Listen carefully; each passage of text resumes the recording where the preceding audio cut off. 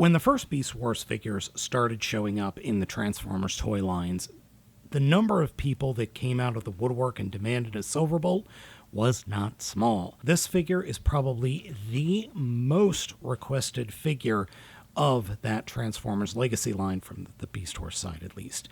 I don't know who would be second. Maybe an actually good Rat Trap? But here we have everyone's favorite goodest boy. That is Silverbolt. And he has graced us with his majestic presence. Wolf mode is pretty okay. I'm perfectly happy with the wolf mode. I don't like the fact that you see the robot fists sticking out of the back legs, but guess what? The original figure did that too. Interesting. And in terms of beast mode, it's pretty darn good. Now, if we only had a quick strike to go with it, then I would be very happy, but we haven't been getting many Predacons in this toy line. We've got the original set, and that's about it. But we're not talking about Predacons, we're talking about this Maximal. Takara and Hasbro managed to get the textures on this figure just perfect. You've got the bird texture along the entire top, and then you've got the wolf texture along the entire body, and then the robotic texture of the lower legs.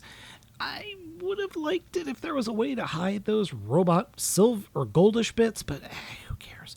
I'm sorry, not gold, copper. And then the underside it's a little bit kibbly. I'm okay with that, though.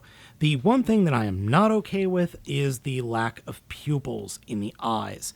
That tells me that there's going to be a Takara release that has pupils, and I think that's already been announced. I honestly don't remember.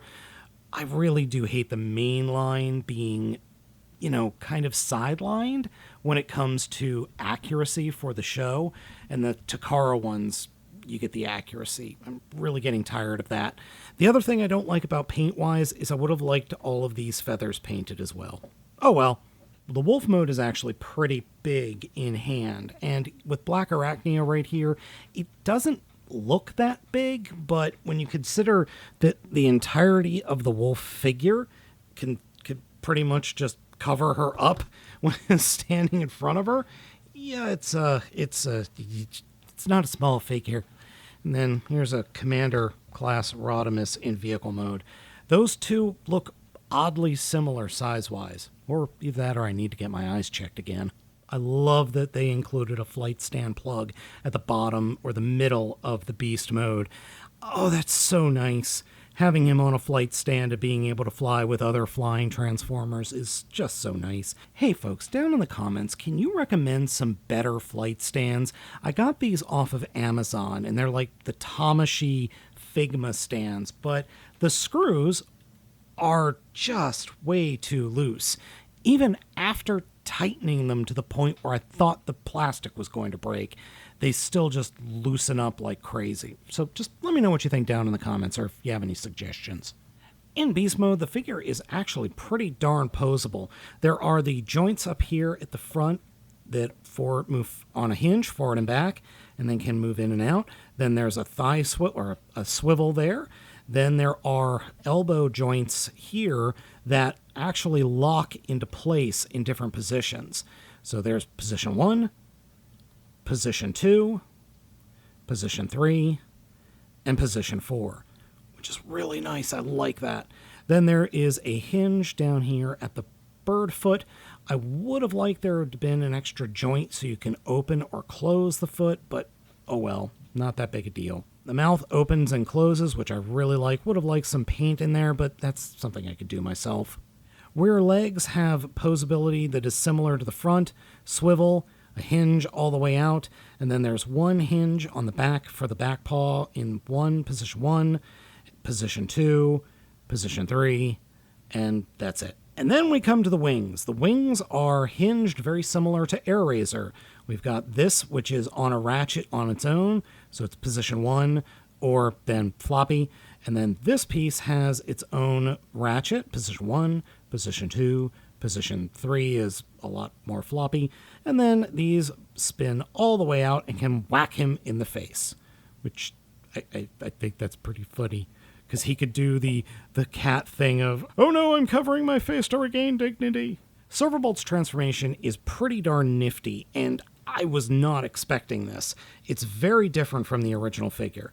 So to start off with, straighten out the front legs, straighten out the feet, point them forward, and then turn them around 180 degrees like that.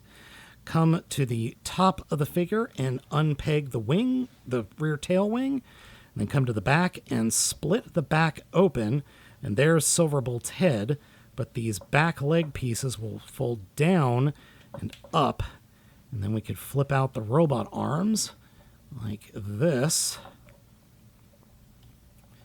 and then flip up the head all the way like that. Grab the beast head and flip it and unpeg it, and then fold that whole section up, spin it around 180, fold the doggy head in and close it up, close the robot head up, and then come to the belly of the doggy and flip down the little crotch skirt, and we're done. The robot mode we end up with is pretty darn good, and it's close to that original figure or that original design. The C.F.R version, I think, is going to be a lot closer, but one thing we got is a really good head sculpt. That is Silverbolt's head. No denying that. No ifs, ands, or buts. That's pretty much perfect. And if you remember in the show, they were just solid yellow. They were not, or did not, have pupils. On the whole, figure looks very good. Now, I went and collapsed the wings. That's my preference. Yours may vary. And you could fold the wings up pretty tightly. I really like the look of this in robot mode. It works well. Now, posability it's not bad. Head appears to be on a ball joint, but there's not much movement up or down, but there is plenty side to side. It's very tight on my figure. Shoulders are on hinges and a swivel. So swivel for 360 degree, hinge for in and out. Then there is another swivel at the upper arm, or the bicep. Bend at the elbow is only 90 degrees. You'd think because of the transformation there'd be another bend there, but that's what's holding the doggy paw in place. There is torso articulation, though you do have to get things out of the way. You have to remove or lift up the rear tail feather and then make sure that the skirt armor is correct. And then you have the exact same posability that the wolf mode had in the legs. It's exact, though the bend at the knee is just about 90 degrees, and there is an ankle pivot, though it's not much, unfortunately, but it does pivot outward, which is nice. The figure comes with two feathers that turn into swords, and they both easily fit in his hands, so you can have some nice sword-wielding action poses, which is good, because you should action pose this guy. And here are the two lovebirds together. I'm so happy. I'm so happy I have an original transforming Black Arachnia figure and a Silverbolt figure. Now the question is, do I hunt down the C.F.R versions simply to have them even more show accurate? Or maybe go full chaos and get the original Beast Wars repaint of her, and I'm sure they're going to repaint him as Tiger Hawk evil version. Yeah, that's a lot of purple there.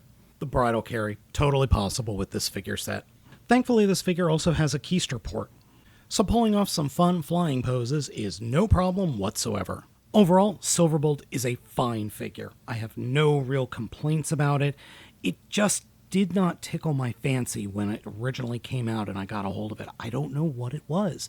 And I think it has to do with the slight inaccuracies to the design of the character in the show.